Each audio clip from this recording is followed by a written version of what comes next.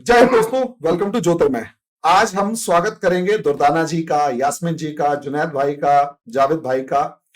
और हमारा सबका एक ही ऑब्जेक्टिव है कि कल पाकिस्तान में इलेक्शंस होने जा रहे हैं।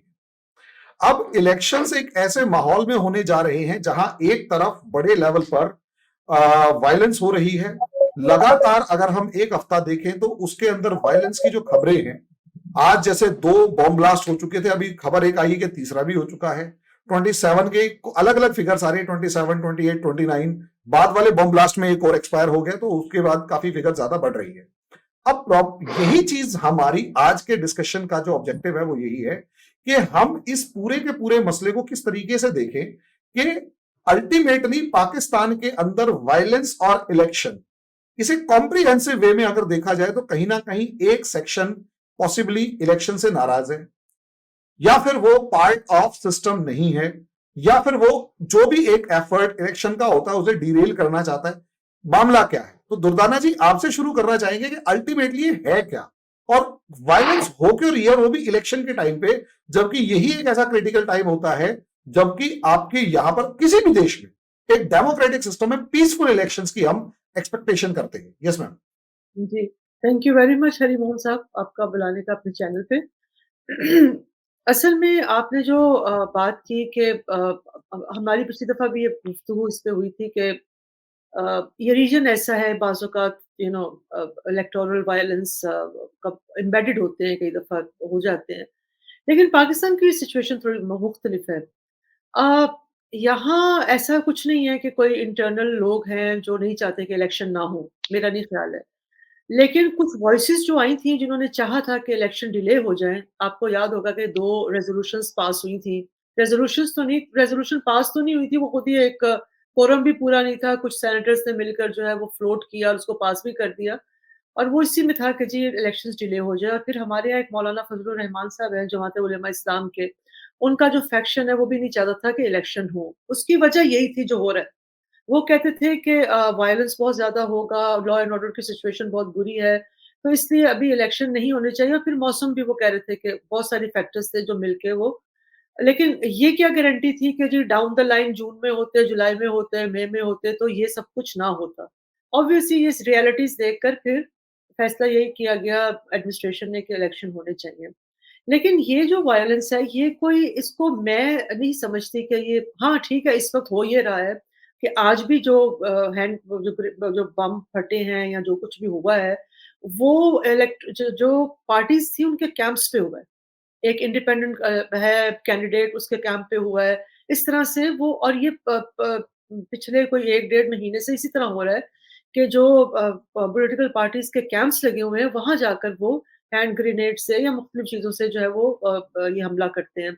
तो अब ज़ाहिर-सी बात है, इलेक्शन हो रहे हैं तो इलेक्शन सेंट्रिक वायलेंस लग रहा है। लेकिन अगर आप थोड़ा-सा हिस्ट्री देखें, तो वायलेंस तो वहाँ बलूचिस्तान में बहुत अरसे से हो रहा है। अभी ये मश्क में जो हुआ है उसका ताल्लुक तो इंसर्जेंसी से है। उसका ताल्लुक तो कोई इलेक्शन से नहीं है। अच्छा, इसी तरह से टीटीपी जो है वो तवातर के साथ वहाँ हमले कर रही है।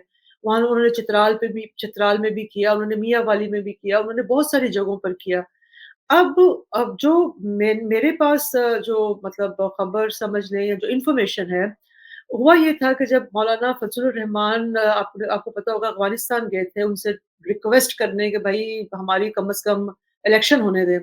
तो कहा ये जाता है कि वहाँ जो टीटीपी या जो तहरीक-ए-तालिबान पाकिस्तान वहाँ के हैं, जो मतलब जो तालिबान इंटरिम गवर्नमेंट के जो हेड्स हैं, उन्होंने उनसे ये कम से कम कहा था कि हम, टीटीपी ने ये उनको कम से कम कहा था कि हम इलेक्शन तक सुकून रखेंगे। लेकिन वहाँ एक और जमात है, जो जमातुल अहरार है। दे कैटेगोरिकली सेड कि नहीं, हम जो है ना ये हमले जारी रखेंगे। अभी आप देखें कि आज का जो, मैंने अब तो ढूँढा सारा, मुझे कोई नहीं मिला कि किसने रिस्पॉन्सिबिलिटी ली है आज के अटैक की।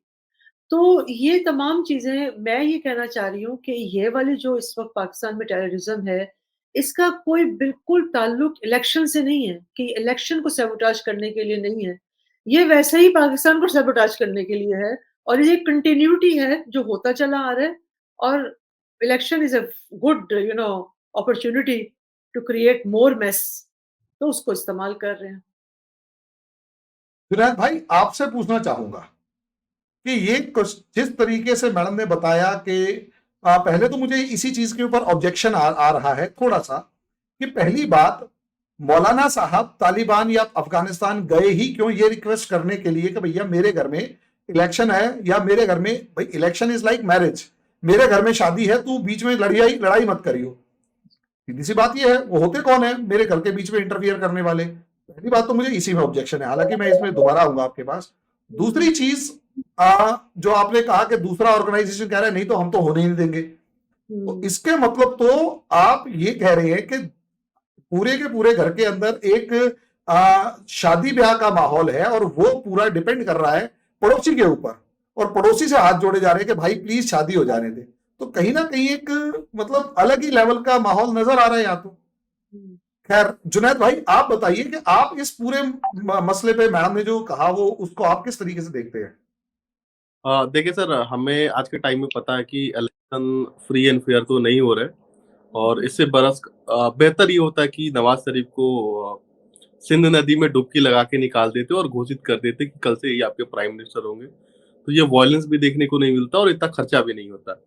लेकिन ये जो हर पार्टी को पता है कमोबेश आज के टाइम में कि वो किंग नहीं बनने वाले, तो ऑलमोस्ट सारी पार्टियों ने तैयारी करने की कोशिश की थी कि हम किंग नहीं बने तो कम से कम किंग मेकर बने। इसमें जरदारी भी एक्टिव हो गए किंग मेकर के रोल के लिए, इसमें फजलुर रहमान भी एक्टिव हो गए, फिर जमाते इस्लामी के जो है आई फॉरगॉट नेम, जो वो अमीर जो है वो भी एक्टिव हो गए थे। तो ये सिराजुद्दीन हक्कानी, बिल्कुल हक साहब, सिराजुल हक। हाँ सॉरी सिराजुद्दीन हक जो है वो जमात इस्लामी वाले वो भी एक्टिव हो गए। उसके बाद से क्या हुआ कि ये जो फजलुर रहमान जो फैक्शन है जेयूआई का, जमीयत उलमा इस्लाम, तो ये मिनिस्ट्री ऑफ फॉरेन अफेयर्स जो है आपकी जो फॉरेन ऑफिस के जो लोग हैं उनसे ऑन बोर्ड होके ही अफगानिस्तान गए थे और कुछ पेशकश की थी कि हम इलेक्शन से पहले के उनके इंटरव्यूज भी अवेलेबल है, इसमें उन्होंने हिंट किया था कि मैं जो जा रहा हूँ वो स्टेट के कहने पे ही जा रहा हूँ। तो जाने का उनका ऑब्जेक्टिव ये था कि मेरी भी कुछ सेटिंग हो जाए और ट्राइबल इलाके में मेरी भी सीट्स आ जाए, मैं किंग भी बन जाऊं, और थोड़ा बहुत अगर पीस प्रोसेस के लिए कुछ अगर नेगोशिएट करना हो तो हम कराए। लेकिन वो डील बनी नहीं। शुरू में तो जो खबरें आई थी जब वो सर ये जो आए थे अफगानिस्तान से कि इन्होंने बहुत तगड़ी डील कर ली है, और मुझे भी काफी आपके यहाँ के जर्नलिस्ट ने बताया था कि बहुत तगड़ी डील हुई है और ये तो किंग मेकर बन गए। लेकिन एक हफ्ते बाद से चीजें थोड़ी सी क्लियर होनी शुरू हो गई जब ये पब्लिकली अपीयरेंस इनकी बंद हो गई। फिर पता करने में पता चला कि ये हुई है, और इनके कुछ एक दो कैंडिडेट्स पे अटैक भी हुए, जेयूआई के लोगों पे भी। आज भी हुआ है। हाँ आज भी हुआ, लेकिन टॉप लेवल के लोगों पे अभी तक नहीं हुआ, जूनियर लीडरशिप पे अभी तक अटैक्स हो रहे हैं।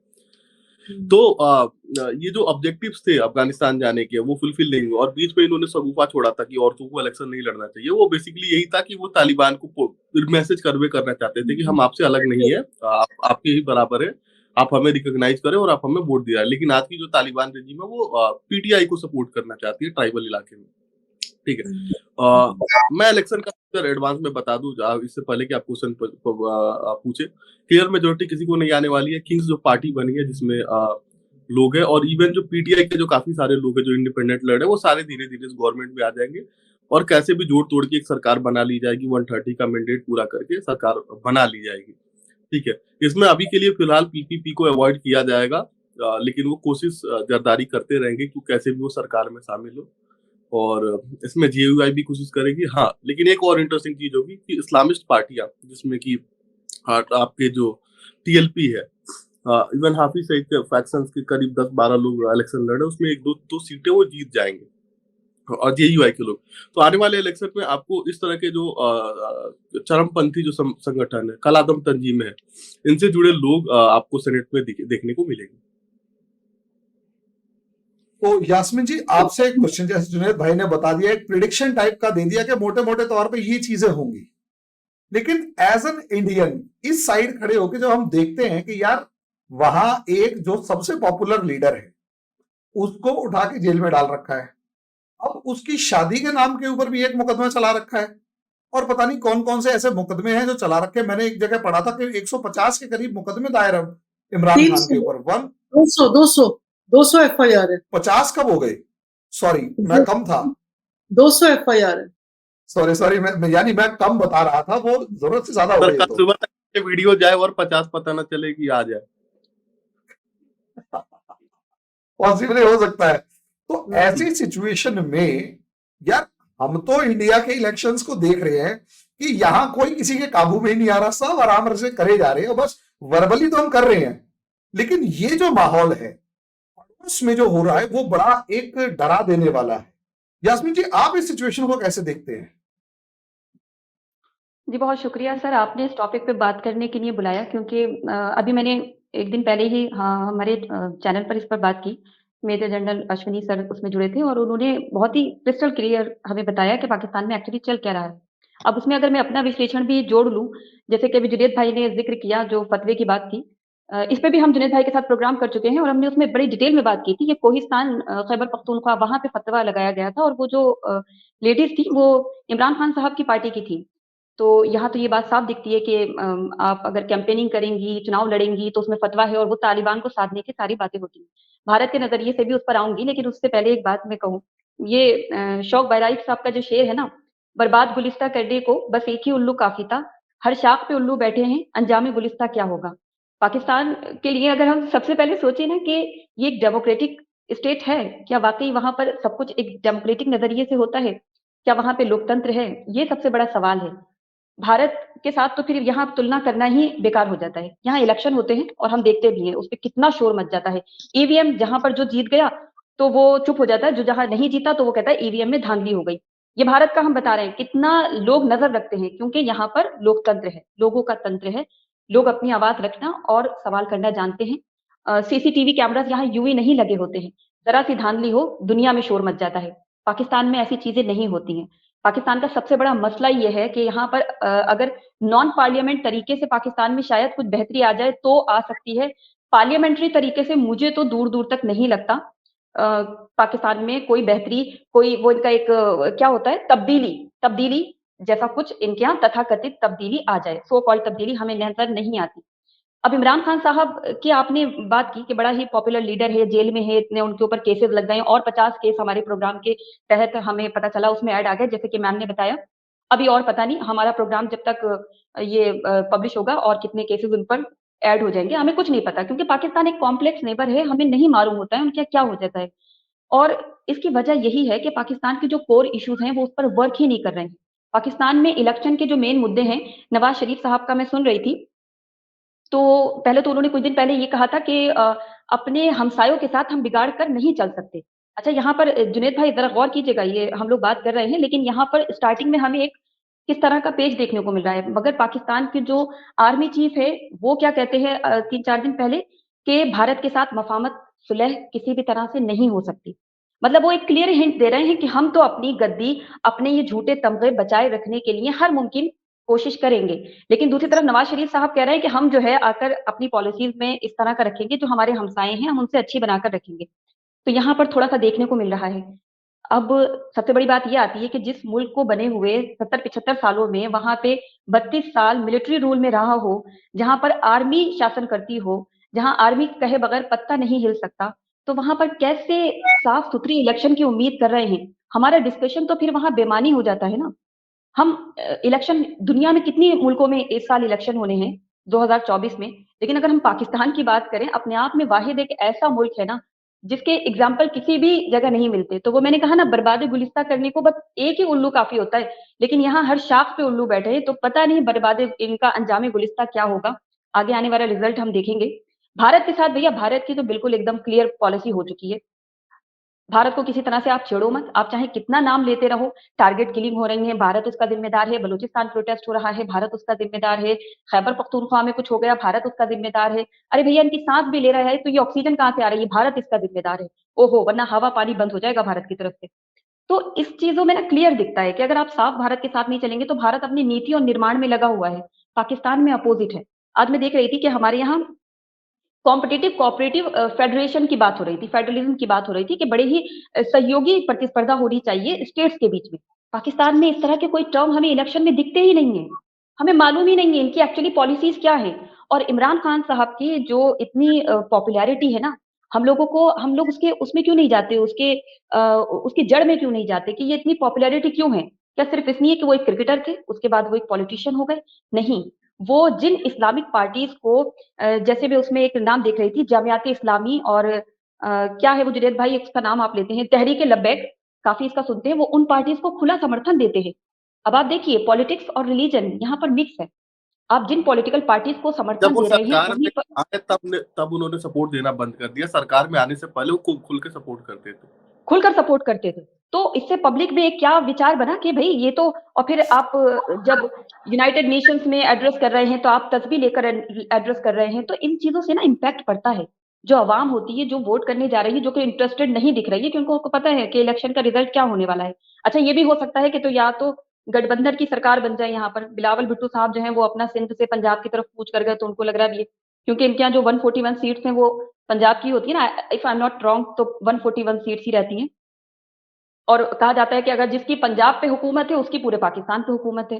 तो पंजाब तो इनका एक ऐसा सूबा है ना कि जहाँ पूरी ताकत लगा दी जाती है और जहाँ से ही ताकत निकल कर आती है, जहाँ से सबसे ज़्यादा प्राइम मिनिस्टर निकल कर आती है। तो ऐसे में भारत के साथ क्या होगा, उससे पहले इनको अपनी खुद की पॉलिसीज़ बनानी होंगी। और ये देखेंगे, जैसे मैंने कहा कि नवाज़ शरीफ साहब कह रहे हैं कि हम अपने हमसायों के साथ बिगाड़ कर नहीं रख सकते, आर्मी चीफ कह रहे हैं कि मफ़ाहमत हो नहीं सकती। तो ऐसे में शुरू में जो रिफ्ट दिखने को मिल रही है, तो आगे जाके ये भी हो सकता है कि एक नया मिलिट्री रूल, हालाँकि इनके अमेंडमेंट हो चुका है कॉन्स्टिट्यूशन में, मिलिट्री रूल ऐसे नहीं हो सकता, लेकिन उसके बावजूद भी कुछ भी पेच वहाँ पर कुछ भी पॉसिबल है क्योंकि एक कॉम्प्लेक्स नेबर है। और पाकिस्तान की आर्मी का तो खैर मैं उसमें एक देख रही थी कि जो इनकी आयशा सिद्दीकी, डॉक्टर आयशा सिद्दीकी हैं, उनकी एक बुक है मिलिट्री इंक, जिसमें उन्होंने एक लाइन में उनके देख रही थी 2007 में पाकिस्तानी मिलिट्री की नेट वर्थ 10 मिलियन पाउंड थी, जो कि उस साल पाकिस्तान में आए एफडीआई से 4 गुना ज्यादा थी। अब यही चीजें बताती है कि सबसे रिचेस्ट कंपनी अगर दुनिया में जितनी भी हैं उनमें अगर पाकिस्तानी मिलिट्री को ऐड कर दिया जाए तो ये कुछ गलत नहीं होगा। सबसे बड़ी रियल एस्टेट कंपनी चलाती हैं, स्कूल चलाती हैं, ये लोग फर्टिलाइजर कंपनी चलाती हैं, जितनी भी फर्टाइल लैंड है सब ओन करता है पाकिस्तानी मिलिट्री।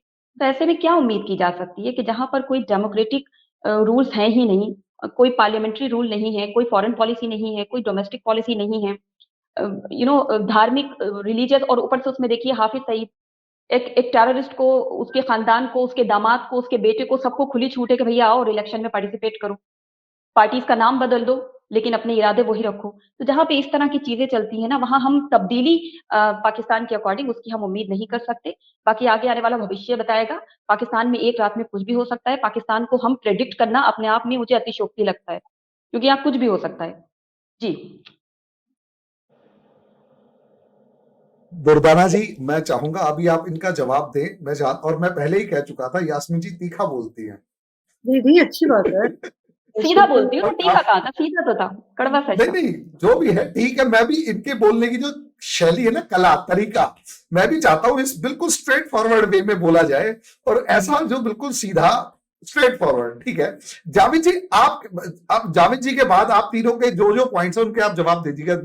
दुर्दाना जी, जावेद भाई ये बताइए, एज मतलब कश्मीर जब से 370 हटा, ये हम सब मानते हैं कि एक ऐसा टेरिटरी जिसका आधा हिस्सा उधर आधा इधर है, और वहां जो पाकिस्तान ऑक्यूपाइड जो जम्मू है उसको अगर आप देखेंगे तो वहां का एक माहौल अलग है, गिलगित बाल्टिस्तान का जो माहौल है वो अलग है। तो एज अ कश्मीरी, एक इंडिया के अंदर बैठकर आप दोनों जगह इलेक्शंस हो रहे हैं, आप भी वोट करेंगे, तो क्या डिफरेंस दिखाई दे रहा है दोनों जगहों में?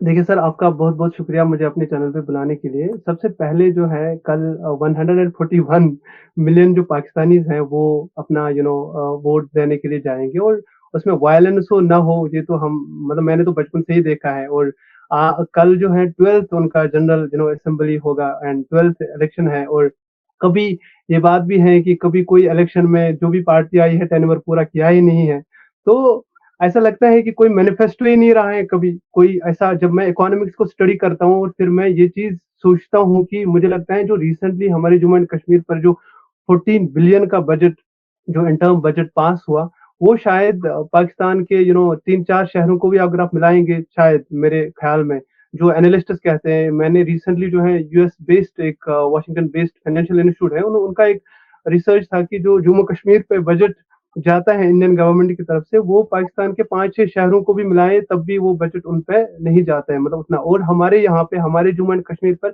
16 to 20% मोर बजट एलोकेशन होता है then POK, then Islamabad and Karachi. ये रिपोर्ट है और लेटेस्ट रिपोर्ट है। तो इन सब चीज़ों को जब हम मद्देनज़र रखते हैं, तो ऐसा लगता है कि पाकिस्तान में जो डेमोक्रेटिक इंस्टीट्यूशन है, वो कभी स्ट्रॉन्ग होगा ही नहीं और ना कभी था। देखिए सर, सबसे पहली बात है, कल इलेक्शन होंगे वहाँ पर, और इलेक्शन के बाद व्हाट नेक्स्ट? चाहे कोई भी पार्टी, चले मैं वायलेंस पे बात नहीं करूँगा, कोई भी पार्टी बन गई, व्हाट नेक्स्ट? अब नेक्स्ट के लिए आप देखिए, मोर देन 3 डिकेड्स तक वहाँ पे मिलिट्री पाकिस्तान की रूल करती है, मोर देन 3 डिकेड्स तक। जब से पाकिस्तान आज़ाद हुआ है 1947 से लेकर जो उनकी हिस्ट्री है, मोर देन 3 डिकेड्स, और उसके बाद उन डिकेड्स को आप छोड़ लीजिए। फिर आप देखिए कि डायरेक्टली, इनडायरेक्टली उनका इन्वॉल्वमेंट, इंटरवेंट इन्वॉल्वमेंट है पॉलिटिकल पार्टीज़ का। आप देख रहे हैं, एक्साइल जो था वो आ रहे हैं, और जो कंट्री को चला रहा था वो अंदर चला गया। अब इस चीज़ को हम जब स्टडी करते हैं, जब देखते हैं, तो पता ये चलता है कि after this election what next is कि पाकिस्तान के 4-5 बहरान बड़े खतरनाक है, जिनको पॉसिबल ही नहीं है कि कोई भी गवर्नमेंट आए वो उनको सॉल्व कर सकती है। सबसे पहला जो है इकोनॉमिक रिकवरी, कहाँ से होगा? आईएमएफ का जो प्रोग्राम है मार्च में खत्म होगा, और जो इंटर्म गवर्नमेंट बनी थी, उन्होंने उस प्रोग्राम को एक्सटेंड नहीं कर पाए। उनकी बात ही नहीं चली। आईएमएफ ने इतनी शरारतें रखी, वर्ल्ड बैंक ने शर्तें रखी, बात आगे नहीं चली और पूरा डाउनफॉल हो गया। अब जो नई गवर्नमेंट आएगी, वो रिकवरी कैसे करेगी? पहले रिकवरी कैसे करेगा? आईएमएफ को वापस कैसे लोन चुकाएगा? फिर आईएमएफ के साथ वो बैठ कर किस तरह से इकोनॉमी सूरत-हाल करेगी? अच्छा, फिर तीसरी बात ये है, उनके वहाँ पर जो गवर्नेंस सेल है, उनका रिकॉन्सिलिएशन, स्पेशल रिकॉन्सिलिएशन कमिटी है उनकी, जो इकोनॉमिक्स पर होती है पाकिस्तान की, उसमें पाकिस्तान के जो फॉरेन मिलिट्री जनरल्स हैं, वो सब उसके मेंबर्स हैं, जिनको इकोनॉमिक्स की एबीसी भी पता नहीं है। वो उस खास कमिटी जो है वहाँ पे इकोनॉमिक्स को चलाने के लिए, वो उस कमिटी के, जिस तरह से यहाँ पर हमारे नीति आयोग है, फाइनेंशियल कमीशन है, वहां पर उनका वो स्पेशल ग्रुप है, और उसमें मिलिट्री जनरल्स बैठे हुए हैं। अब जो नई गवर्नमेंट आएगी, वो उनके साथ किस तरह काम करेगी, बैलेंस क्या होगा, वो उनको हटाएगी, रखेगी, हटाएगी। तो इमरान ने क्या किया था? इमरान ने थोड़ा बहुत फाइनेंशियल स्टेबिलिटी में बात की थी, तो फेल आउट हो गया। और वो एक बात है, और दूसरी चीज ये है कि, कि आपने इंटर्म गवर्नमेंट के दौरान आपने इतने लाखों में अफगानिस्तानों को वापस भेज दिया। वो टीटीपी क्या कर रहे हैं? फिर बॉर्डर क्यों खेल रहे हैं? फिर उसको वो किस तरह से रोकेगी? और जो वापस गए, जो पाकिस्तान के शहरी थे, जिनको इवन पाकिस्तानी गवर्नमेंट ने शहरियत का दर्जा दिया था, उनको भी वापस लिया गया। उनको बोला नहीं, ये पहले अफगानिस्तानी थे, अब इनको वापस भेज दीजिए। अब उनके साथ क्या होगा? और यहाँ से आप देखिए, यहाँ से जो है उनका जो रिसेंटली हमने ईरान पाकिस्तान बॉर्डर देखा, अब उस पे पाकिस्तानी नई गवर्नमेंट का क्या होगा? देखिए, असल मकसद और मुद्दा क्या है? हमारे यहाँ पे जो भी गवर्नमेंट बनती है, चाहे वो इंडिया के अंदर या किसी भी स्टेट के अंदर बनी। और एक बात मैं भूल गया बोलना, कि अभी जो रिसेंट हमारा एक फाइनेंशियल कमीशन का एक रिपोर्ट है, कि जो महाराष्ट्र का जो बजट है, महाराष्ट्र का बजट 295 बिलियन, जो महाराष्ट्र का बजट है, जीडीपी सॉरी, वो पूरे पाकिस्तान की है। मतलब पाकिस्तान से ज्यादा है। पाकिस्तान की है 241 बिलियन यूएसडी, पूरे पाकिस्तान से ज्यादा है। फिर आप देखिए दूसरा हमारा तमिलनाडु, उसकी जो जीडीपी है, वो पाकिस्तान के नजदीक है, मतलब बराबरी में है। तो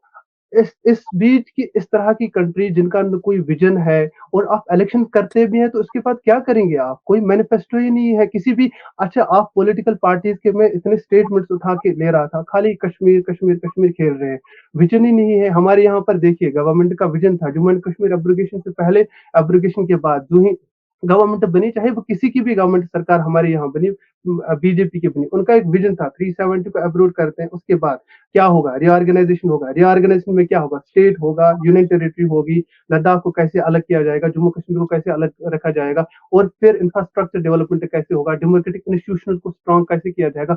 और वहां पे इस तरह की बात ही नहीं होती है। कोई भी पॉलिटिकल पार्टी, वहां की 3-4 पॉलिटिकल जो टॉप मोस्ट पॉलिटिकल पार्टीज है, उनका मैनिफेस्टो आप उठाइए, कुछ भी नहीं है। न कोई फॉरेन पॉलिसी है, न कोई लोकल पॉलिसी है, इकोनॉमी से के बहरान से जावेद भाई बाहर देखो, कैसे गलत निकले। बात है।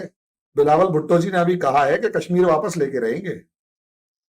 उनकी उनकी एक ही पॉलिसी रहती है, और वो ये पॉलिसी है कि कश्मीर, यार आपका मतलब यहाँ पे government 14 billion in term budget दे देता है, और मोर देन 400 प्रपोजल इसी साल यहाँ पर आए। और कौन से प्रपोजल? इंटरनेशनल लेवल की जो वेंचर्स है, वो चाहते हैं कि कश्मीर कश्मीर में काम करें, कश्मीर में बिज़नेस टाइज़ करें और वो वहाँ पे बोल रहे हैं कि हमें हमें कश्मीर चाहिए और वो जो उनका जो कश्मीर है, जिसको हम पीओके जेके कहते हैं, वहाँ पे लोग एक्साइल गवर्नमेंट की बात करते हैं। वो कहते हैं नहीं जी अब स्कॉटलैंड में बैठकर ही हम गवर्नमेंट को क्योंकि इम्पेरियलिस्टिक बिहेवियर बना हुआ है, इम्पेरियलिज्म उन पे लागू किया गया है। लोगों के जो हुकूक है, वो टोटल पामाल किए गए। देखिए मैं परसों स्टडी कर रहा था कि जो एक्साइल गवर्नमेंट है अगर पाकिस्तान में पीओजे में वो एक्साइल गवर्नमेंट की बात करते हैं, वो क्यों करते हैं? उनके कंसर्न्स हैं, ह्यूमन राइट्स कंसर्न्स हैं, डेमोक्रेटिक इंस्टीट्यूशंस है ही नहीं वहाँ पे, काम ही नहीं करता है, कोई बात बोलता है, वॉइस मज़र की जाती है। तो इसको जब हम जो सर आपका सवाल था, जब कंपेयर करते हैं, कंपैरिज़न करते हैं हम, चाहे वो हम इकोनॉमी के कंपैरिज़न करें, चाहे हम इलेक्शंस का कंपेयर करें। देखिए हमारे यहाँ पे हिस्ट्री में जब से हम आज़ाद हुए हैं अभी तक जितने भी यहाँ पर इलेक्शंस हुए हैं, every government completes it's tenure और उस टेन्योर में हर किसी गवर्नमेंट का अपना एक मैनिफेस्टो होता है और उस मैनिफेस्टो को कंप्लीट कर लेता है। अगर आप इसी गवर्नमेंट का बीजेपी का ही उठाएं मैनिफेस्टो, ऑलमोस्ट जितने भी उनके 10-15 चीजें थी मैनिफेस्टो में सब कंप्लीट हो चुके हैं उनका विजन। तो वो वही मैनिफेस्टो वो वही अचीवमेंट्स लोगों के सामने ले जाते हैं कि हमें किस बुनियाद पर आप वोट देंगे। और वहां पे अलग ही रूल है क्योंकि डेमोक्रेटिक इंस्टीट्यूशन स्ट्रांग नहीं है तो मिलिट्री रूल है और जाहिर सी बात है इकोनॉमिक्स में भी आपकी मिलिट्री है। आपके अच्छा लोगों को क्वार्टर देने के लिए भी मिलिट्री की परमिशन चाहिए होती है, वहां से ही लिखने हो मतलब कितनी चीजें हम पढ़ते हैं और कितनी चीजें सुने भी हैं।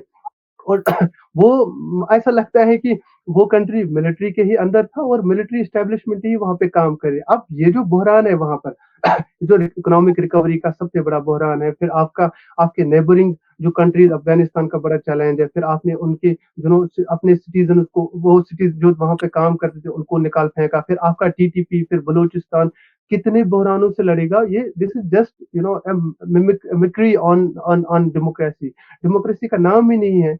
Just this election I would say कि ये एक अटेम्प्ट है उनका कि वो स्ट्रॉन्ग करें अपने डेमोक्रेटिक इंस्टीट्यूशंस को, वो स्ट्रॉन्ग करें डेमोक्रेटिक रूट्स को, बट वो पॉसिबल नहीं हो रहा है क्योंकि कुछ आगे दिखाई नहीं दे रहा है। इलेक्शन कामयाब भी होते हैं, कल सब कुछ हो जाता है, ठीक है, कहीं पर कुछ भी नहीं हो जाते हैं, हम ये दुआ करते हैं, लेकिन उसके बाद भी क्या 70% अभी का जो पोल रिकॉर्ड आया, ये रिसेंट जो पोल 2 दिन पहले जो पोल वहां पे जो जो उन्होंने निकाला एक रिसर्च, उसमें ये है कि 70% लोग बोलते हैं कि हम जी किसी गवर्नमेंट को सपोर्ट ही नहीं करना चाहते, हम वर्जनिंग सिचुएशन में है। 8 लाख लोग बाहर चले जाते हैं ईयरली, उनको चाहिए नहीं कि वो वहां पे रहें, वो जॉब्स के लिए है नहीं, उस तरह की एवेन्यूज ही नहीं है। तो जिस कंट्री में उस तरह की चीजें नहीं है, उस कंट्री का जो सूरत हाल है और उस कंट्री का जो आने वाला फ्यूचर है वो हम सबको दिखाई दे रहा है। तो इसीलिए एज ए कश्मीरी मैं ये प्राउड भी फील करता हूँ कि when I talk about my country, when I say कि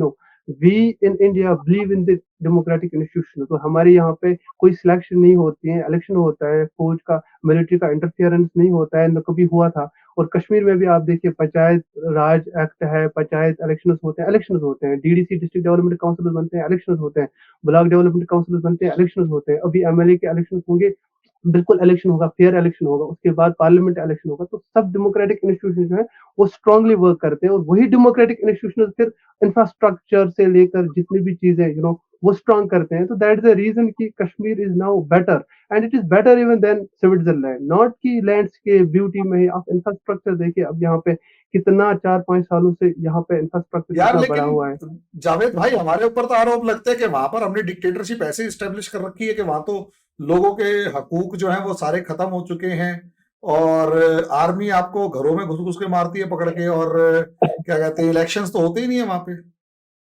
और नहीं देखिए विधानसभा वैसी खत्म कर बात दी। होती, देखिए अगर वैसी बात होती तो फिर अभी हमारा पंचायत जो सरपंच हैं, पंच हैं, उनका टेन्योर खत्म हुआ। अभी आने वाले 1-2 महीने में उनका इलेक्शन होगा। यहाँ पे बीडीसी इलेक्शन, जो ब्लॉक डेवलपमेंट काउंसिल इलेक्शन हैं, बीडीसी नामजद उम्मीदवार है, वो काम करते हैं ग्राउंड पर। यहाँ पे डिस्ट्रिक्ट डेवलपमेंट काउंसिल हैं, वो डिस्ट्रिक्ट को देखते हैं, ब्लॉक को देखते हैं, वो इंडिपेंडेंट है, उनको गवर्नमेंट लोग चुनते हैं। तो ऐसा कुछ है नहीं, बट हाँ चीजें जरूर है कि चूंकि इसको हमेशा उन्हीं चीजों के लिए इस्तेमाल किया गया है कश्मीर को, और 1947 से ये चीजें इस्तेमाल की गई हैं। तो बट अभी आप देखें कि कश्मीर में G20 भी हुआ जो मतलब दुनिया नहीं सोच पा रही थी यार होगा ऐसा क्या, इतना 20 जो पावरफुल कंट्रीज हैं उनमें 7-8 जो डेवलप्ड कंट्रीज हैं उनके क्या लीडर्स आ सकते हैं यहाँ, वो करके दिया यहाँ की सरकार, यहाँ के लोगों ने, सरकार क्या यहाँ के लोगों ने करके दिया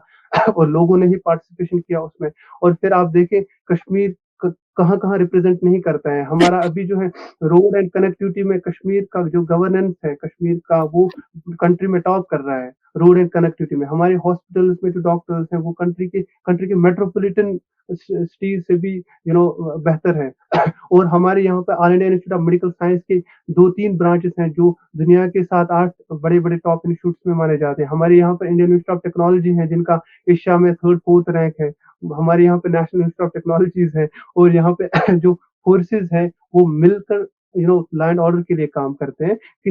हर किसी ज़ुमरे का, हर किसी डिवीजन का अलग-अलग तरीके से प्रोसेस होता है और डेमोक्रेटिक इंस्टीट्यूशन है, वही डेमोक्रेटिक इंस्टीट्यूशन लोग जाते हैं, ऑफिसर्स के पास जाते हैं, डिप्टी कमिश्नर्स के पास जाते हैं, अपने मसाइल लेकर जाते हैं। ग्रीवेंस सेल से अलग खुली हुई है। मुझे लगता है देश का वाहिद ऐसा ऐसा ऐसा यूटी है जहाँ जहाँ पे अलग से गवर्नर ग्रीवेंस सेल है और जहाँ पे हर दिन हजारों की तादाद में लोग ग्रीवेंस लेकर जाते हैं और ग्रीवेंसेस हल हो जाते हैं। तो ये सब जो कही कही सुनी बातें हैं ये बस लोग हवाएं फैलाते हैं और कुछ लोग इसको लिखत में कुछ लिखते भी हैं तो उनका अपना एक ये होता है, मतलब उनको बैकिंग होती है कि आप किस तरह से इस नैरेटिव को एक्चुअली क्योंकि नैरेटिव रहा नहीं, अब वो नैरेटिव रहा नहीं जो नैरेटिव यहाँ पर था। अब यहाँ पे नैरेटिव जो है लोगों का नैरेटिव है। अब यहाँ पे नैरेटिव जो है काम का नैरेटिव है, लोगों की एस्पिरेशंस है। मुझ जैसे यूथ चाहते हैं कि हम जॉब्स हासिल करें हम पढ़ लिख के आगे चले, अपने पेरेंट्स के साथ अच्छे से जिंदगी गुजारें, क्योंकि सब चीजें देखी हैं, कश्मीरियों ने वो सब चीजें देखी हैं। और कश्मीरियों को कोई बैक मतलब पीछे से ऐसा किया जाता था कि नहीं जी आप उठकर ये चीजें करो। फिर जब जहन खुला लोगों को, फिर जब पता चला कि नहीं अब है क्या और कश्मीर आगे जा रहा है और बढ़ रहा है, and that is the reason कि यहाँ पे एक नारा है कि नया कश्मीर, और नया कश्मीर बिल्कुल बन रहा है। इसी नया कश्मीर में आप हर तरह की चीजें लोगों को देख रहे हो, मतलब मैसर होते हो। इसी कश्मीर को आप टूरिज्म फिल्म पॉलिसी बनी, recently film policy 5 year film policy बनी, फिर टूरिज्म फिल्म पॉलिसी पे टूरिज्म जावेद पॉलिसी अलग भाई से आप बनी। तो पूरा एक है ना, लगता है कि कुछ मैनिफेस्टो पढ़ के सुना रहे हैं बहुत ज्यादा हो गया। नहीं जी सर, दुर्दाना वो जी तो नहीं है, एक्चुअली मैं लेकिन क्या जो चाहता, चीजें हाँ हुई है वही बता रहा हूँ। चलो चलो ठीक है, वो तो फिर मैं आप दुर्दाना जी आपको पहले इन तीनों का इंट्रोडक्शन दे देता हूँ। जो नहीं मुझे जुनैद आपको भाई हैं, हाँ जी, आप जुनैद आगे भाई हैं, ये जियो पॉलिटिकल एक्सपर्टनेस के अंदर इंफॉर्मेशन निकालने में एक्सपर्ट है। जी बिल्कुल। यास्मिन हमारी यूपीएससी की कैंडिडेट रही है, एस्पिरेंट रही है, बड़े अच्छे लेवल पर प्रिपरेशन करी है, तो इनका एनालिसिस जबरदस्त है। और जो जावेद जी हैं, ये जो दुनिया के प्रीमियर इंस्टीट्यूट्स हैं, टॉप मोस्ट आईआईटी खड़गपुर, वहां से बीटेक पास आउट है, जो best of the best level के इंस्टीट्यूट्स हैं दुनिया के। तो इसलिए हो सकता है तीनों बिल्कुल अलग। और मैं जानता हूं आज आप अकेले बैट्समैन हैं जो इनको काउंटर कर रहे हैं, तो ओवर टू यू। अच्छा, पहले तो मैं कुछ बताऊंगी, कुछ मिस इन्फॉर्मेशन है शायद हमारे आर्मी चीफ ने जो बात की थी, मैंने कहीं नहीं पढ़ा, मेरे ज़ाहिर है कि उन्होंने हालिया दौर अभी कुछ कहा हो कि जी हम इंडिया जी, के साथ मुकामत नहीं करते। 1 सेकंड, आप मुझे बात खत्म करने दें। बिल्कुल, बिल्कुल। ऐसा कुछ नहीं, अभी हालिया उन्होंने ये कहा है कि दहशतगर्दी जो हो रही है पाकिस्तान में, वो भारत से हो रही है, ये ज़रूर कहा। ये आप कल भी प्रोग्राम में हम ये बात कर रहे थे, हुँ, पहली बात। दूसरी बात इन्होंने यास्मीन ने कही कि इमरान खान तहरीक-ए-लब्बैक पाकिस्तान को जो है वो उनको सपोर्ट कर रही है।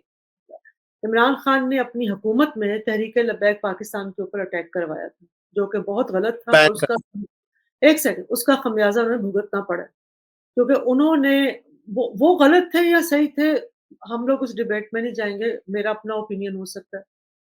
उन्होंने एक फ़िज़ूल सी डिमांड, मैं इसलिए कह रही हूँ फ़िज़ूल, मेरे मुँह से निकले क्योंकि हम भी समझते थे कि बकवास हो रही है सारी कुछ। आप स्टेट को हैरेस कर रहे हैं। कदम तरीका वो बात होती है ना कि आपने इनकाउंटर करना भी है तो कैसे करना है। आप मतलब हमारे यहाँ तो हर चीज़ थोड़ी-सी प्रॉब्लम है, ये है कि हम जाते हैं तो अपनी मस्जिदों में जाके 10 कमांडो तो अपने मरवा देते हैं, जैसे हमारे लाल मस्जिद पे हुआ था ऑपरेशन वगैरह। लेकिन टीएलपी जो था, टीएलपी के साथ इनकी कोई मुफ़ाहमत नहीं है, बल्कि टीएलपी वाले गालियाँ निकालते हैं पीटीआई की, और वो बड़े सख्त इनके खिलाफ हैं, और टीएलपी भी इलेक्शन लड़ रही है। अच्छा, जहाँ तक रह गई हाफ़िज़ सईद, तो आपका वो जिसे कहते हैं ना आपका जो टेररिस्ट है आपके लिए हो सकता है, मेरे लिए वो टेररिस्ट ना हो। इट्स एवरीवेयर, तो पूरी दुनिया में ऐसा होता है। जो आपके लिए जो मेरे लिए टेररिस्ट है, हो सकता है वो आपके लिए ना हो। दिस इज़ हाफ़िज़ सईद हो सकता है आपके लिए टेररिस्ट हो, मेरे लिए टेररिस्ट ना हो। उनकी जमात है, पूरी दुनिया में मेन स्ट्रीमिंग होती है। आप लोगों को अपने धारे में लेकर आते हैं। एक तरीक़ाकार है और उस तरीक़ाकार और वो हाफ़िज़ सईद अगर मान भी लेते हैं वो टेररिस्ट है, उसकी पूरी जमात टेररिस्ट नहीं है, पहली बात। दूसरी बात ये है कि उनकी वो जो जमात जो जमातुल दावा वग़ैरह येस वी एग्री कि वो नए-नए नामों से आते रहे हैं और अभी वो जो इलेक्शन लड़ रहे हैं उनके बाप हाँ, हाफ़िज़ सईद के ऊपर केसेज़ हैं, हाफ़िज़ सईद हाउस अरेस्ट है, नहीं है, जो भी है। उनकी पूरी फैमिली या जो पूरे उनके जो पार्टी कैडर है, they have the democratic right as we say to contest the election which they are doing and nobody can stop them. तीसरी बात ये हो गई कि इन्होंने कहा कि जी पाकिस्तान जो है ना ये तो समझ ही नहीं आ रही है कैसे करेंगे नहीं देयर इज अ फॉर्म हो ही नहीं सकता ये जुनैद ने जावेद ने कहा कि इकोनॉमी को कैसे रिवाइव इकोनॉमी आज भी रिवाइव हो सकती है ऐसा कोई लेकिन उसके लिए पॉलिटिकल विल चाहिए पॉलिटिकल विल क्या होगी we have to tighten our नहीं हंसने की बात नहीं है मैंने आप हंसने की लोगों बात नहीं को मैडम, मैं खुश हो रहा हूँ कि आप जितना पॉइंट वाइज कर रहे हो मजा आ रहा है। मैंने आपसे एक्सपेक्ट नहीं ये किया था। अच्छा दूसरी बात बिल्कुल हो सकती है पॉलिटिकल विल अगर हो हम उस पे मैं नहीं चाह रही कि बात तो प्रॉब्लम है पॉलिटिकल विल की है क्या करना है हमने अपने बेल्ट टाइटन करने हैं जो करना कोई नहीं चाहता पूरी की पूरा मुल्क जो है वो एलीट कैप्चर हुआ है ना यहाँ तो एक आखिर ये चल कैसे रहा है मैंने एक दफा अपने एक उस्ताद से पूछा कि ये मुल्क कैसे चल रहा है तो हमारे सामने अखबार पड़ी हुई थी तो उस पर बहुत बड़ी बैनर हेडिंग थी कि पाकिस्तान को वर्ल्ड बैंक से कर्जा मिला है तो मुझे तो पता ही नहीं था वो हेडिंग लगी हुई है, तो मैंने उनसे ऐसे ही पूछ लिया, मैं कहा सर ये पाकिस्तान चल कैसे रहा है? उन्होंने कहा ये इसलिए इस तरह चल रहा है। वी एग्री कि हमारे अभी भी हम यही बातें कर रहे थे, मैं अपनी मदर के साथ डिनर पे हम लोग यही बातें कर रहे थे कि किस कब तक चलेगा ये हर वक़्त मैं अम्मी को बता भी रही थी, मैं कहा लोग तो हमें ताना मारते हैं, भिखारी हैं, ये हैं, वो।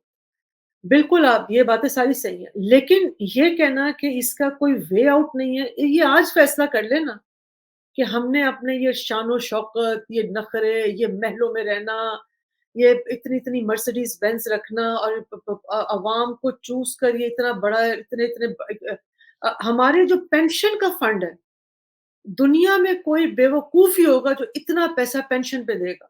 हम उसको रिस्ट्रक्चर नहीं कर सके। अब उसकी अगर स्टडी में आप जाएँ, इमरान खान कुछ चीज़ें करने लगा था। वो मैं नहीं कह रही कि उसको इसलिए निकाला, उसने निकाला हम तो खुद उनकी गवर्नेंस के ऊपर बहुत सारे क्वेश्चन हैं। लेकिन हमारी स्टेट ओन्ड जो हमारी जो ऑर्गनाइज़ेशंस हैं, वो लीचीज़ हैं। उनको रिस्ट्रक्चर क्या उनको खत्म कर देना चाहिए। वो तो बिलियंस ऑफ रुपीज़ हम सिर्फ़ पॉलिटिकल अपॉइंटमेंट्स में जो आपने की हुई हैं, जो लोग आते हैं, अपनी हाज़िरी लगाते हैं, बल्कि फ़ोन पे ही हाज़िरी लगा देते होंगे, आने की भी ज़रूरत नहीं, बल्कि पूरे साल की लग गई होगी, मैं तो कहती हूँ। और उनको तनख्वाहें घरों में मिल जाती हैं। ये पूरा मुल्क जो है, ये लोगों ने किराए पे लिया हुआ है। ये किराए पे जो और ये जिस दिन ये पॉलिटिकल विल आ जाएगी ना, कि हमने ये सब बकवास बंद करनी है। हमने इस ये हमारा आप मेरे पैसे, मेरी माँ के, हमारे रिश्तेदारों के, हमारे हमसायों के, हमारे बच्चों के जो पैसे हैं, उनसे तो हम अपने डिफेंस को चलाते हैं। उसके बाद जो पैसे नहीं बचते वो बाहर से लाके फिर उनकी तनख्वाहें ये तो एक बिल्कुल एक चूचू का मुरब्बा ये 100% बात है। लेकिन एक चीज़ है कि अगर इसकी कोशिश कर ली जाए, ये कोई मुश्किल नहीं है फ़ॉर्मूला। आज अगर आईएमएफ आपको आके ये कहता है ना कि भाई बिजली के बिल बढ़ाओ या रिस्ट्रक्चर करो। अच्छा आईएमएफ ये तो कह देता है बिजली के बिल बढ़ाओ। आईएमएफ इनको ये क्यों नहीं कहता कि लाइन लॉसेस खत्म करो? आईएमएफ इनको ये क्यों नहीं कहता कि भाई जो आप लोगों ने बिजली घर के गलत एग्रीमेंट्स किए हैं, आपको पता है हमारे बिजली घरों के एग्रीमेंट क्या है? वो ये एग्रीमेंट ये है कि आपका ये बिजली घर है, वो बिजली बनाए, ना बनाए, बिजली सप्लाई करे, ना करे, उन्होंने कैपेसिटी के पैसे हमसे लेने ही लेने। अब बिजली घर बंद पड़ा हुआ है। ये इससे बड़ा फ्लॉड एग्रीमेंट हो सकता है? इस पे बहुत एक सेकंड बनाए ना भी बनाए तब भी पैसे देने ना हैं। भी बनाए, ये आप पढ़े जाके आपको मैं हल्फी मतलब यही तो सारा रोना है। एक अगर ये 10 किसने बिजली किया एग्रीमेंट ये और कैसे हो बेनज़ीर सकता है भुट्टो ये? के ज़माने के हो गए सारे उस वक़्त के किकबैक्स देखकर इन्होंने उसके बाद किसी ने ये ज़हमत नहीं की कि इन एग्रीमेंट ये इमरान खान ने इस पे बात करनी शुरू की, लेकिन अच्छा, ये जो he डिस्कॉम आप बिल की बात कर रही हैं, he if I am not also wrong, जो he also went into compromises बात सारी वो पता नहीं अरे खोलना शुरू करें तो ये तो इतने ज़ख्म है कि आप सोच भी नहीं सकते। लेकिन मैं बताना ये चाह रही हूँ एक सेकंड, बताना ये चाह रही हूँ कि इन चीज़ों का हल है। आपने हर ची अभी कर रहे हैं ना पीआईए को रिस्ट्रक्चर, अब देखिए उसमें से क्या निकलता है। करना चाहे पॉलिटिकल विल हो तो ये सारा ये सब रिफॉर्म हो सकता है। लेकिन अगेन आई वुड से मैं पहले जवाब दे दूं कि ये इसके चांसेस हैं, ये कभी भी हो सकता है। वो आज आपके मैं शो कर रही थी अभिषेक, वो उन्होंने बड़ी अच्छी बात की। देखिए उन्होंने पाकिस्तान जो है ना, प्रॉब्लम पाकिस्तान की है कि पाकिस्तान चल नहीं रहा दूसरे मुल्कों के साथ। ये एक कभी रिवर्स गियर पे पीछे चला जाता है, फिर थोड़ी देर चल के आगे आता है, फिर उसके बाद रिवर्स गियर लगाता है। वो आगे नहीं जा रहा। ना कोई और बिल्कुल सही बात है, डेस्टिनेशंस की बात हम भी खुद मैनिफेस्टोस के हवाले से बात करते हैं कि वो अलग बात है। उसके बाद अब दूसरी बात मैं ये गैलप का इन्होंने जो बात की है, वो गैलप का सर्वे आया है बल्कि मैं उसमें एडिशन करती चलूँ। उन्होंने पाकिस्तान में तो 99% लोगों ने कहा है कि हमें इस केयर टेकर गवर्नमेंट ये जो करप्ट केयर टेकर गवर्नमेंट है, अब बात ही खत्म हो गई। इसी गवर्नमेंट का तो काम था कि सिर्फ इलेक्शन करवाना। अब उन्होंने 99 इन्होंने तो फिगर भी कम बताए। 70% कहते हैं कि जी हमें यकीन ही नहीं है कि ये इलेक्शन ऑनेस्टली होंगे। This is a trust crisis that Pakistan is going through. मैं कई अरसे से हम लोग ये बात करते हैं जब भी किसी से मिलते हैं कि भाई पाकिस्तान का सबसे बड़ा मसला है किसने किया है किसने नहीं किया, लेकिन ये है कि we don't trust each other. तो अच्छा, उसके बाद जो G20 की आप बात कर रहे हैं, वैसे तो G20 दिल्ली में हुई थी। जो उनके हेड ऑफ द जो एक सेकंड भाई, इतनी भी हम अनपढ़ जाहिल नहीं है, आराम से बैठे 2 मिनट। ये जो कश्मीर में हुआ था उनकी एनवायरनमेंट की एक जो थी ना मीटिंग थी, क्योंकि G20 1 साल उसकी मीटिंग्स होती है और उनके मुख्तलिफ सेक्टर्स की मुख्तलिफ उसकी सब्जेक्ट्स की मीटिंग होती है। और वो एक जो था उसमें कोई हेड ऑफ द स्टेट्स पहुंच आए थे, आई नहीं थे, बहुत सारे लोगों ने बाइकआउट किया था। वो थोड़ी देर के लिए पाकिस्तान के साथ कुछ लोग खड़े हो गए थे, टर्की भी नहीं आया था, चाइना भी नहीं गया था, रोज कई कई बड़े ममालिक जो नहीं गए थे बहरहाल।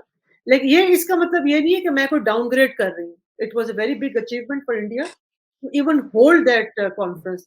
और आज भी बल्कि आपके वहां तो बड़ी जबरदस्त कॉन्फ्रेंस हो रही है वहाँ गोवा में, एनर्जी की जो हो रही है। तो that's these are feathers in the India's cap. और वो हम माने या ना माने, मैं आपको एक बात बताऊं, एवरीबडी इन पाकिस्तान, हमें पता नहीं शायद अब हर बंदा, इवन मैं तो बहुत सारी जगहों पे सुनती हूँ, we are questioning what is happening, what has happened in 1947। Retrospectively देखते हैं 1947 पे जब हुआ तो शायद उस वक्त वो फैसला हो सकता है ठीक हो पार्टीशन का। आज जब सोचते हैं तो हमें लगता है कि यार ये तो फैसला ही गलत था। मेरे फादर को की डेथ हुए 17 साल हो गए, right. He was one person जिन्होंने पार्टीशन में हिस्सा लिया हुआ है, बाजू तुड़वाया हुआ है, वो कहते होते थे मेरा बाजू टूटा हुआ है कायदे आजम के साथ।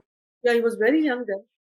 लेकिन 17 साल पहले से मजीद 17 साल और मिला लें, तब से वो कहते थे कि ये गलत हुई पार्टीशन, ये हमने क्या कर दिया, ये गलत हुई पार्टीशन। वो तो रोते हुए बेचारे फौत हुए, देखते थे और रोते थे, कहते थे कि ये क्या इन्होंने ये बकवास कर दी है सारी की सारी। ये तो बातें देखिए, अब बात ये है, लेकिन कुछ चीजें कुछ फैक्ट्स भी है ना, फैक्ट्स को डिस्टॉर्ट करके आप लोगों की तो वैसे इज्जत है, उसके लिए इंडिया को फैक्ट्स डिस्टॉर्ट करने की कोई जरूरत नहीं। हाँ, एक चीज है, वो तो ये अब टेररिज्म की जो है, मैं मुझे ये समझ नहीं आती इंडिया की कि इस वक्त पाकिस्तान जो है वो टेररिज्म का खुद शिकार है, इतना बुरा शिकार है कि आप देख रहे हैं आपके सामने।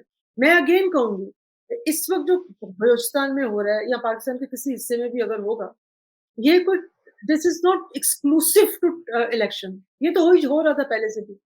उन्होंने कहा कि चले मसाला लगा देते हैं, इनके इलेक्शन भी हो रहे हैं, इसको भी सब टच करें, क्योंकि वो उस एरिया को मानते ही नहीं है जहाँ इलेक्शन हो रहे, वहाँ उनके अपने डायनामिक्स है उन एरियाज के, यू नो, जो बात कर रहे हैं।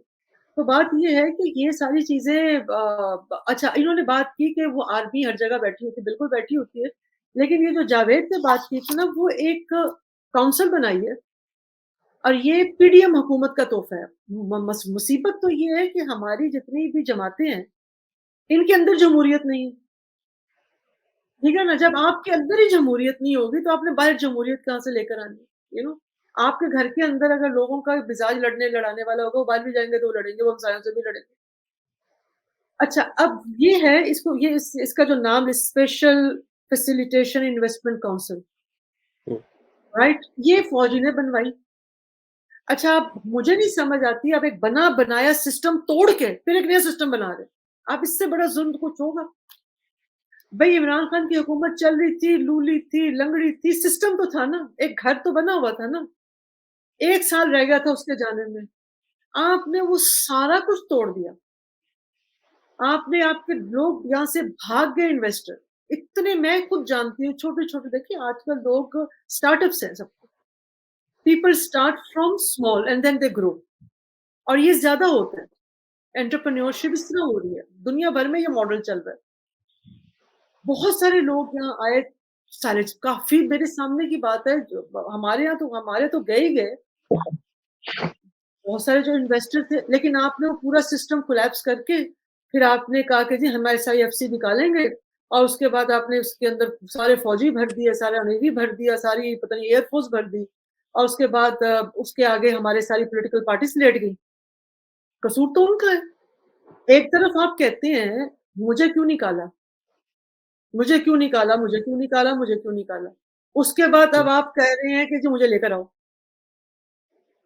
उनके भाई ने माना ना, उनका उनका भाई देखिए आपने यही पॉलिटिकल विल दिखानी होती है। आप कहते हैं कि नहीं जी, चले हमने उनको वोट ऑफ नो कॉन्फिडेंस से निकाला है। आपके कहने पे निकाला, किसी के कहने पे निकाला। लेकिन अब आपकी सरपरस्ती में सारा कुछ नहीं देंगे। ये सिविलियंस के हाथों में जाना चाहिए। किसी के अंदर ये थोड़ी-सी भी है हिम्मत ही नहीं। तो ये चीज़ें जो है ये सिस्टम हमारा यस ये तो बल्कि हमको मैं आपको बताऊँ ये तो फरसूदा सिस्टम है। ये वो सिस्टम गाड़ी है जिसका इंजन ही नहीं है और ड्राइवर बदलते जा रहे हैं, बदलते जा रहे हैं, बदलते जा रहे हैं। ड्राइवर बदलने से तो कुछ नहीं होगा भाई, इंजन ही गाड़ी का खराब है। तो बल्कि मैं तो ये कहना चाह रही हूँ कि ये सिस्टम तो क्या मसला है कि हम तो ना इंटरनल अब हमारे हालात देख लें, एक्सटर्नल देख लें, आई डोंट नो ये और अभी आज ही मैंने बल्कि ये एक जो मेरा कॉलम गया है मैंने उसमें यही कहा है कि अगर हम लोग ये काम पॉलिटिकल पार्टीज़ ने करना है। अगर ये पॉलिटिकल पार्टीज़ ये एक्सपेक्ट कर रही है ना कि फौज उनको बैठाएगी तो इनको कहेगी चलो जी शाबाश बातें करें आपस में, this is not going to happen. अगर ये डेमोक्रेटिक है, इनको अब पार्लियामेंट को स्ट्रॉन्ग करना होगा। इनको पार्लियामेंट में जान डालनी होगी, इनको अपने फैसले पार्लियामेंट में करने होंगे। व्हाई डू दे गो ये अतर मिनल्ला साहब हैं जो पिछले दिनों गए हुए थे लंदन जिनको पीटीआई वालों ने कुछ पता नहीं किया भी है कि नहीं किया। इन्होंने बहुत दफ़ा समझाने की कोशिश की पीटीआई वालों को क्योंकि भाग-भाग के तो अदलिया के पास जाते हैं। उन्होंने कहा भाई अपने मामलात पार्लियामेंट में तय करो। नहीं, इन्होंने इनको कोई पता नहीं और इनको ज़ाहिर है इनके इनके दिमागों में ये बातें कौन डालता है? वही डालता है ना, जो इनको डिवाइड करना चाहते हैं। क्योंकि अगर ये डिवाइड होंगे, तो ही तो मिलिट्री इनकॉर्पोरेशन जिसकी ये बात कर रही हैं, आयशा सिद्दीक़ा ने लिखी है, उसके अंदर इज़ाफ़ा होगा। वो हिजाम भी उन्होंने हजाम की दुकान भी खोली हुई है। उन्होंने टिश्यू पेपर भी वो बना रहे हैं, वो पता नहीं दुनिया की हर चीज़ बना रहे हैं। तो दिस इज़ अ वेरी लेकिन the ball is in the court of the politicians. ये उनको करना है। अगर कल का इलेक्शन पहले तो बात है इसकी लेजिटिमेसी क्या होगी? This is very questionable.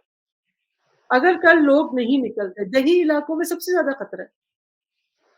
क्योंकि 800 के करीब तो लोग हैं जो खड़े हैं जिनके पास पता नहीं कोई किसी के पास लोटा है, किसी के पास मोबाइल फ़ोन है, किसी के पास पेन है, वो इलेक्टोरल साइंस।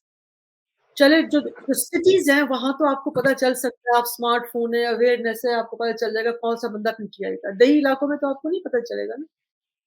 वहाँ तो प्रेशर चलते हैं, वहाँ बिरादरी सिस्टम चलता है, वहाँ शर्म-हया चलती है, पता नहीं क्या कुछ चलता है। अब वहाँ के रिज़ल्ट्स क्या होंगे, किस तरह से ये सबसे बड़ी बात है पहली चीज़, क्या उस हुकूमत को लोगों को एतबार होगा उस हुकूमत के ऊपर? तो लेजिटिमेसी होगी, अगर लेजिटिमेसी चले हम मान लेते हैं मैं एज़ अ पाकिस्तानी थोड़ी देर के लिए यार भाड़ में मैं तो ये कहती हूँ, यार कोई खोते को बिठा दे, मुल्क चला दे। यकीन करें हम लोग घर में ये बात करते हैं कि यार ये किसी को भी बिठा दें, मैं तो ये कहती हूँ भाई फ़ौज खुद ही डायरेक्ट आ जाए, पर ये मुल्क तो खुदा के लिए चला दें आप। हमारी ये जो महरूमियाँ है इसको तो खत्म करें, कुछ गाड़ी जिंदगी के आगे चले। You don't know how people are living in this country. It's a total collapse. It's literally it's a total, और दिल दुखता है कि यार ये हम लोग सुबह रात को अमीर होते हैं, सुबह उठते हैं तो हमें पता चलता है कि आधे गरीब हुए हुए हैं। मतलब this is the situation over here. और एक तबका है वो अमीर से अमीर होता जा रहा है, और ये लिटरली हम अपने सामने देख रहे हैं चीजें होती हैं। लेकिन वो आप सारे देख रहे हैं, हम भी देख रहे हैं, वो दिखा रहे हैं, लेकिन अगर आप हमारी अखबारें देखें, पॉलिटिकल एनालिसिस देखें, तो देयर इज नो होप। ना इनके मैनिफेस्टोस पे कोई होप है किसी को। ये सारे करेंगे कैसे? करेंगे एक ही तरीका है। अगर ये करना चाहिए सिर्फ एक तरीका है, we have to tighten our belt, और ये इनसे शुरू होगा। ये जो पॉलिटिकल एलीट है ना, इनको अपने ये सारे बंद करने पड़ेंगे जो उन्होंने खर्चे शुरू किए हुए। उसके बाद कम टू द पब्लिक, और फिर ये सारा सिलसिला होगा। अदरवाइज टैक्स रिफॉर्म हम बड़े अरसे से सुन रहे हैं। कौन सा टैक्स रिफॉर्म भाई? टैक्स रिफॉर्म के नाम पर आप ऑल टैक्स लगा देते हैं, और तो कुछ नहीं कर रहे आप लोग। बिजली महंगी कर दी है परसों, और बिजली महंगी कर दी है। उसके बाद आप और जो 5 रुपए पता नहीं कितने, और उसके बाद ये जुल्म ये देखें कि हमसे नवंबर के पैसे लेने हैं इन्होंने। नवंबर में जो पता नहीं कौन सा इन्होंने फ्यूल खरीदा था, जो मुझे तो नहीं पता, ना मेरी अम्मी को पता है, ना हमारे हमसायों को पता है। इन्होंने खरीदा, उन्होंने कहा जी वो फ्यूल हमने नवंबर में जो खरीदा था, उससे जो नवंबर में बिजली बनी थी, उसके पैसे हम फरवरी में लेंगे आपसे। पता नहीं कौन सा आईएमएफ इनसे काम करवा रहा है। अगर वो करवा भी रहा तो कोई गवर्नेंस से सिखा दें, कोई अकाउंट्स से सिखा दें, कुछ हम बेवकूफों की तरह देते रहते हैं। वो थोड़ा-थोड़ा लोग हैं तो कोई निकल ही नहीं रहा। अगर कोई निकल भी जाता है तो उसको वो जमात इस्लामी हाईजैक कर लेती है। हमारे यहाँ प्रोटेस्ट हुआ बड़ा अच्छा बिजली के खिलाफ। वो जमात इस्लामी ने आके उसको हाईजैक कर लिया, वो खत्म हो गया। ये तो मुसीबत है सारी। मैंने तो उनको कहा था, मैंने कहा आप लोग तो बने ही इसीलिए हैं कि 2 मिनट में बिक जाते हैं। किसी जर्नैल का फ़ोन आ गया होगा, उन्होंने कहा होगा कि जाए चले जाओ अंदर। तो चले गए होंगे, इन्होंने हाईजैक कर लिया होगा, खत्म हो गई बात। बात ये है कि जब तक आप अपने आप को खड़ा नहीं करेंगे, और ये नहीं, और क्योंकि उसके लिए देखिए किसी के सामने भी खड़ा होने के लिए ना आपके अंदर अपनी वर्थ होनी चाहिए। मॉरल ग्राउंड्स पे आप खड़े होते हैं ना। आपने खुद इतनी करप्शन की हो, या आप कुछ you don't want to let go. अब देखिए एक चीज, अब आई डोंट नो ये ट्रांसलेट होता है कि नहीं होता। एक चीज है, मरियम नवाज ने भी कल अपना जब जलसा खत्म किया, उन्होंने कहा कि मैं आज से द पॉलिटिक्स ऑफ हेट्रेड को दफन करना चाहती हूँ। हम खत्म, उसने पीटीआई को भी कहा, उसने कहा आप आए, हम लोग अब बैठते हैं, आप लोगों को जिन्होंने वर्गलाया है, आप लोगों को जिन्होंने गलत रास्ता दिखाया है, इसको खत्म करें। We have to sit, we have to talk. Bilawal ने भी बहुत दफा कहा है। अब मैं दुआ ये करती हूँ कि इनको ये बात समझ आ जाए, और ये इस पर कायम रहे, और ये चले, मुल्क इसी तरह चलेगा। अगर तो हम ये कहते रहे ना कि 1971 के मुजरिमों को पहले सजा दो तो हम आगे बैठेंगे, जिसने मनी लॉन्ड्रिंग की है उसको मत सजा दो तो हम आके बैठेंगे, एवनफील्ड का पैसा लेकर आओ तो हम बैठेंगे, स्विट्जरलैंड का पैसा, ये नहीं होने वाला। ये स्टार्ट ही गलत है। We have to bury these things for the time being, we have to bury all these things. और जो हम बात करें जैसे ट्रुथ और रिकंसिलिएशन का एक कॉन्सेप्ट है ना, कि सब मान जाएं कि हाँ हमने गलत किया। लेकिन आप अगर ये कहेंगे कि जी मैं उल्टा लटका दूंगा, मैं खड़ा कर दूंगा, मैं जान से मार दूंगा, तो फिर तो कुछ नहीं होने वाला।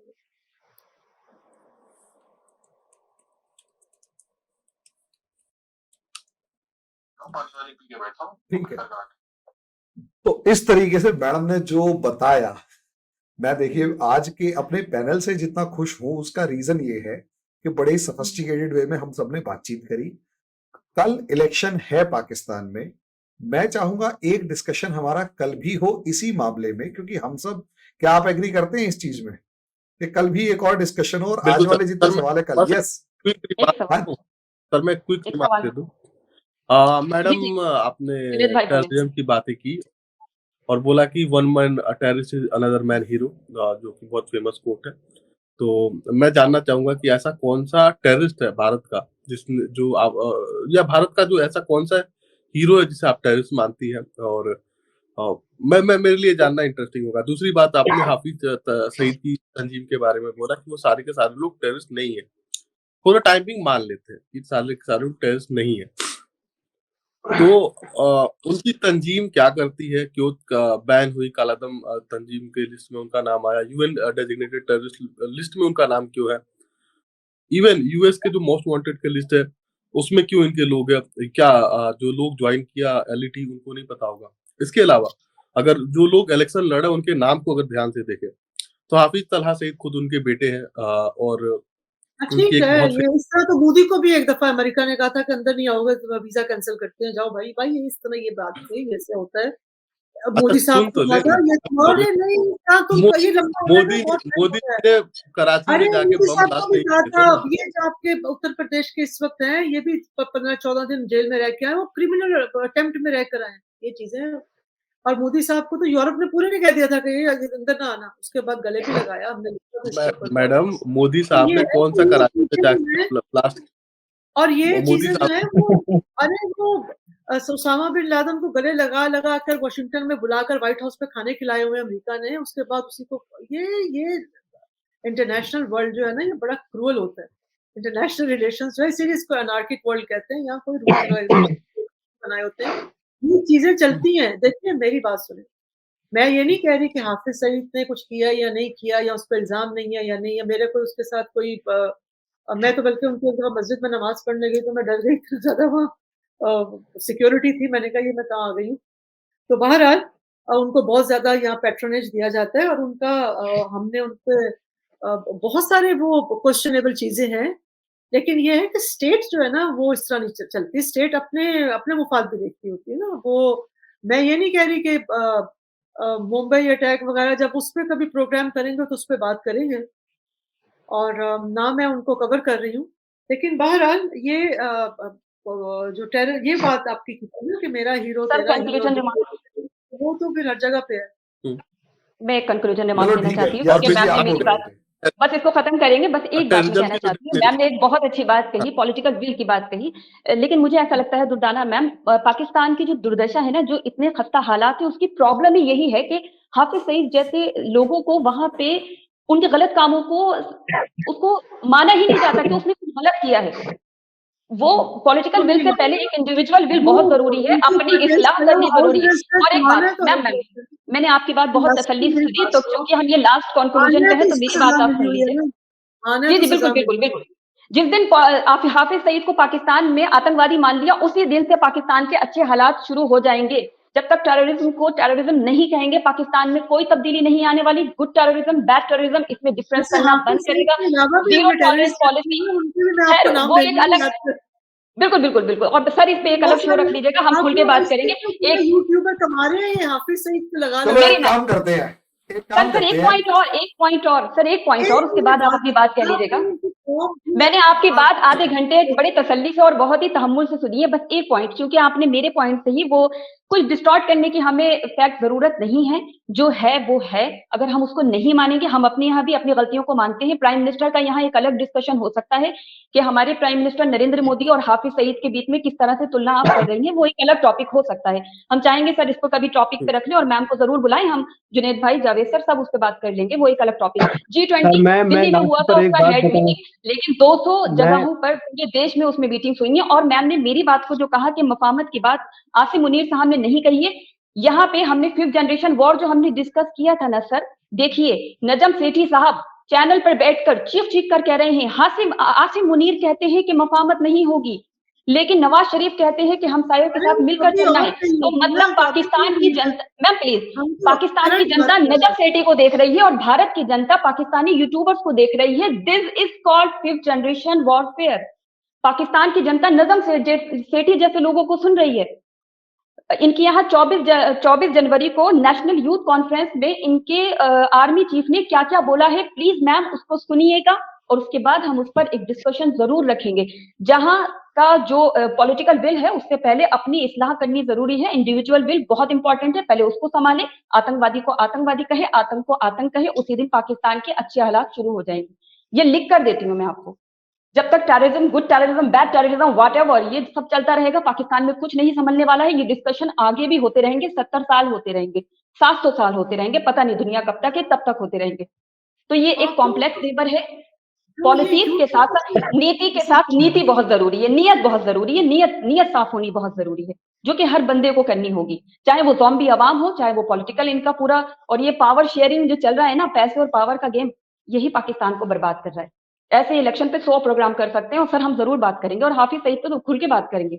ये मेन प्रॉब्लम है। आतंकवादी को आतंकवादी नहीं कहना, दिस इज द मेन, ये कोर इश्यूज है जिस पर पाकिस्तानी यूट्यूबर भी बात नहीं करते, सो कॉल्ड सहाफी भी नहीं करते। यही मेरा रोना है कि भैया बोलो तो चल क्या रहा है। नेशनल यूथ कॉन्फ्रेंस को किस पाकिस्तानी सहाफी ने, जिनको भारतीय देखते हैं, किससे डिस्कस किया है बताएं मुझे। वहां पे आसिम मुनीर साहब ने क्या क्या नहीं कहा है। हिंदुओं का तहजीब और तमद्दन अलग है, हमारा अलग है, हमारा कल्चर अलग है, हमको उनको कॉपी नहीं करना है। सोशल मीडिया शैतान है। अरे भैया सोशल मीडिया शैतान है तो क्यों Indian YouTuber, Pakistani YouTubers Indian viewers को कैच करने पे हर वक्त तुले रहते हैं। हाफिज सईद को कहेंगे हाय भाई हाफिज हैं, वो तो मुल्ला है। अरे भैया कैसा मुल्ला है? इस्लाम में सबसे पहले है अपनी इस्लाह करो। पॉलिटिकल विंग गई, पॉलिटिकल विल, पॉलिटिकल विंग, जो भी इनके ये पॉलिटिकल जो जाल बन रहे हैं, ये सब दूसरी बात रही। किंग मेकर की भूमिका आई है इस्लाम में। किंग बनने के लिए मारकाट करने की, आवाम को खाने की भूमिका, ये पाकिस्तान में नई डेफिनेशन है। तो नजम सेठी साहब अगर खुलकर ये कह रहे हैं कि हमारे आसिम मुनीर साहब ऐसा कह रहे हैं, तो फिर तो मैं कहूंगी कि उनको 99% पाकिस्तानी व्यूवर देख रहे हैं। उनके दिमाग में क्या जा रहा है? हमारा आर्मी चीफ सही कह रहा है। अभी इन लोगों ने सॉलिडेरिटी डे कश्मीर को लेकर मनाया, पाकिस्तान बलोचिस्तान को लेकर क्यों नहीं मनाते हो भैया? सिंध को लेकर क्यों नहीं मनाते हो? सॉलिडेरिटी आपकी पश्तून के साथ नहीं है। जावेद साहब ने कहा कश्मीर में एक नारा है नया कश्मीर, पाकिस्तान में एक नया नारा होता है ये जो दहशतगर्दी है इसके पीछे वर्दी है। This is the main problem. ये एक मेन प्रॉब्लम है। आप टेररिज्म को, आतंक को लेजिटिमेट कर रहे हैं। आप उसे कह रहे हैं नहीं दिस इज राइट। अगर कोई आतंकवादी हमले कर रहा है बट वो मस्जिद जा रहा है, नहीं भैया वो नेक है। तो ये मेन प्रॉब्लम है सर, इस पे बात करनी जरूरी है। मैं उम्मीद करूंगी पाकिस्तान से ऐसी आवाजें उठें, मिट्ठू मियां जैसे लोगों के खिलाफ बात करें, अपनी आर्मी के काले कारनामों के पीछे बात करें, अपने पॉलिटिशियन के पूरे वेब के पीछे बात करें और ज़ॉम्बी अवाम निकल के एक डेमोक्रेटिक नेशन को खड़ा करें। पॉलिटिकल विल से पहले अपनी इस्लाह करनी जरूरी है। फिर उसी से एंड करूंगी, बर्बादी गुलिस्ता करने को एक ही उल्लू काफी था। हर शाख पे, हर छोटी बड़ी शाख पे उल्लू बैठा है। अंजाम गुलिस्ता क्या होगा वी कैंट प्रेडिक्ट। जावेद भाई आप कुछ सॉरी मैं कुछ सेकंड्स लेना चाहूंगा। वो ये कि मैं मैम को विद हम्बल रिक्वेस्ट ये बताऊंगा, बिकॉज मुझे उनकी बातों से लगा वो G20 पे थोड़ा खुश नहीं थी। तो प्लीज मैम, आप और मैं तमाम अपने जो हमारे हमसाया मुल्क है उनके लोगों को बताऊंगा, और आपके जो डिपार्टमेंट्स भी बड़े बड़े वहां पर फाइनेंशियल डिपार्टमेंट्स भी, उनको भी बताऊंगा कि वो हमारा फाइनल G20 डिक्लेरेशन को स्टडी करें। बड़ा मजा आएगा मैम उसको स्टडी करने में, और वो पूरी दुनिया को रास्ता दिखा रहा है। पूरी दुनिया, बिलीव मी मैम, वो पूरी दुनिया को वो जो डिक्लेरेशन है ना, फाइनल डिक्लेरेशन जिसपे 20 कंट्रीज ने साइन किया है कि किस तरह से दुनिया, मुल्क, देश, वतन चलता है। बड़ा मजा आएगा मैम उस चीज को स्टडी करके। वो 331 पेजेस है। एक प्रोग्राम मैंने सुना इंडिया में ज्यादा हो गई है। जरा एक आई वांट टू अंडरस्टैंड कि जरूर रखिएगा इस पे एक प्रोग्राम। मैं चाहूंगी कि देखेंगे। पहले तो इंडिया के बुलाऊंगा मैं। उसमें रखे ना, जरा देखते हैं कि वो हमें मत बुलाइएगा क्योंकि हम नहीं है और हम बात करेंगे। अगर हमारे देश के नेता को पाकिस्तान के आतंकवादी के साथ कंपेयर किया जाता है, हमें उन टॉपिक पे बुलाइएगा सर, और हम खुल के बात करेंगे। G20 सिर्फ दिल्ली में नहीं हुई थी, यहाँ 200 जगहों पे G20 हुई थी। वो भी नजम सेठी साहब को अगर पाकिस्तानी अवाम देख रही है, वो भी एक खतरे की निशानी है अगर वो खुल के अपनी, और उन्हीं का मैंने सुना कि वो क्या क्या बोल रहे हैं, तो वो प्रॉब्लम है। नजम सेठी साहब अनऑफिशियल स्पोक पर्सन है आर्मी के, और उनको अभी रिसेंटली लाया गया था इंटेंशनली, और इसलिए हम भी नजम सेठी साहब को सुन रहे होते हैं। और हमारे यहाँ काफी सारे लोग हैं जो कि अथॉरिटी रखते हैं पाकिस्तान के। बहुत है, वो बेचारों को पता चल जाए कि यास्मीन ऐसा सोच रही है, बेचारे कहेंगे मेरी तो सारी जिंदगी बिल्कुल वो उनको खुद। तो इसी के साथ और कोई, अरे ठीक है, बिल्कुल बिल्कुल यास्मीन कंट्रोल कंट्रोल पानी पी ले यास्मीन, पानी पी। हमें पता है मैडम, मैंने देखिए पहले कहा था ये थोड़ा का बोलती है, नहीं गुस्सा सर, आ ये जाता है। चीजें दिल को लगती हैं, दिल को हाँ लगती हैं। ठीक जब है, जब मासूम लोगों को कंट्रोल, जान जाती है, दिल को लगती है ये चीजें। बहुत है, इट्स हम ओके, लोगों ने बहुत कंट्रोल। खोया है, बहुत लोगों को खोया है। आतंकवाद ये कोई ऐसा मसला नहीं है जिस पे हंसा जाए, जिसको हंस के उड़ा दिया जाए। जिसने आतंकवाद आपसे शुरू ज्यादा किया वो हमारा वो नुकसान हुआ है, तो आपसे ज्यादा हमारा हाँ, नुकसान बिल्कुल, हुआ बिल्कुल। है। आप तो हमसे ज्यादा समझती होंगी इस चीज को, तो आप बिल्कुल उस लोगों चीज से को ज्यादा हम फेवर नहीं कर सकते। आई एम सॉरी, ये चीज हम नहीं कोई भी फेवर नहीं कर फेवर सकते करता, जो गलत कोई है। भी नहीं। आप बात को समझने की कोशिश करें। आप असल में नेशनलिज्म में इतनी ज्यादा चली गई है कि आपको बात समझ नहीं आ रही कि मैं क्या कह रही हूँ।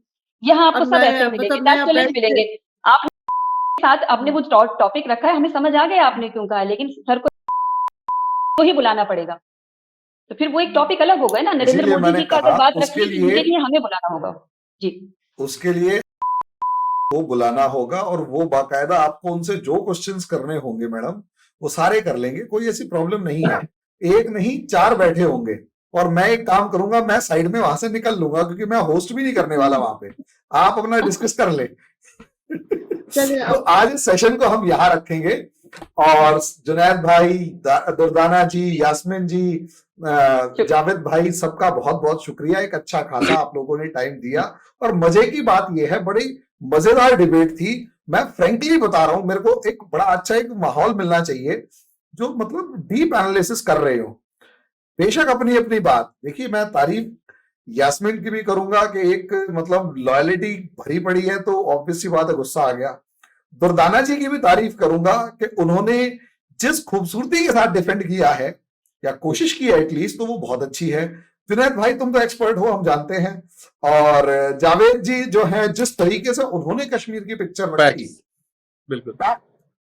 वो, और ये चीज जो है, यही चीज मैं चाहता था। लिटरली थोड़ा लंबा हो गया, लेकिन मजा आ गया। तो आज हम इस सेशन को यहीं रखेंगे। धन्यवाद आप सभी का, बहुत बहुत शुक्रिया। जय हिंद, धन्यवाद। Thank you. शुक्रिया।